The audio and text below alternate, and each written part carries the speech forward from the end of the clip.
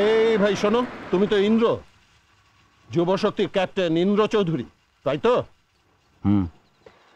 কিন্তু আপনাকে তো ঠিক চিনলাম না। আমি মোহনপুরের ভ্রাতৃসংঘের প্রেসিডেন্ট বিপুল রায়। তোমার সঙ্গে একটা দরকারি কথা ছিল। বলুন। শুনলাম তোমার মা খুব অসুস্থ, ইমিডিয়েট অপারেশন করাতে হবে। তার জন্য বেশ কিছু টাকাও দরকার, কিন্তু তোমার তো নেই, তাই না?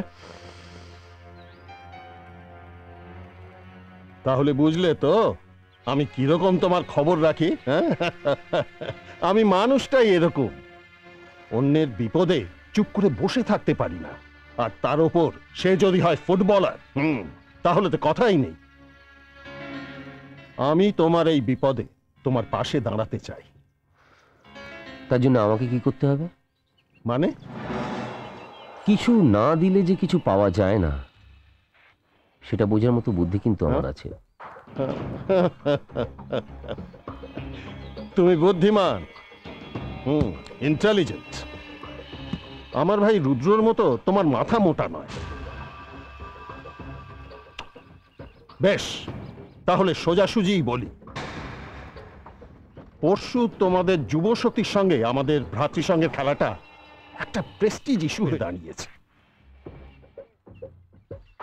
আমি বলি কি, তুমি ওই দিনের খেলাটা ছেড়ে দাও। ছেড়ে দেবো মানে? খেলবো না? না না, নিশ্চয়ই খেলবে, তবে খেলার মতো খেলবে না। মোদ্দা কথা, আমাদের চিন্তা শুধু তোমাকে নিয়ে। তাই তুমি যদি... এর জন্য আমি কি পাবো? তুমি যা চাইবে। তোমার মায়ের যাবতীয় ট্রিটমেন্টের খরচা আমার, আর চাইলে আমার কোম্পানিতে তোমাকে একটা চাকরিও দিয়ে দিতে পারি।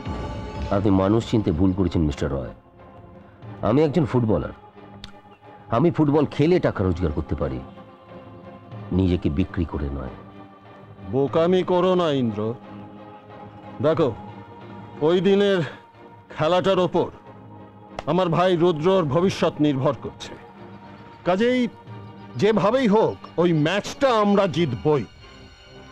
তুমি যদি বিক্রি হতে না চাও, তাহলে অন্য কেউ বিক্রি হবে মাঝে থেকে। ইন্দ্র, নিজের ভালো তো পাগলেও বোঝে। আমি পাগল নই, সুস্থ স্বাভাবিক মানুষ। আর খেলাটা হচ্ছে আমার কাছে পুজো। মাঠটা মন্দির, ওই মন্দিরকে আমি কোনো দিন অপবিত্র করতে পারবো না। সরি, আমায় ক্ষমা করবেন।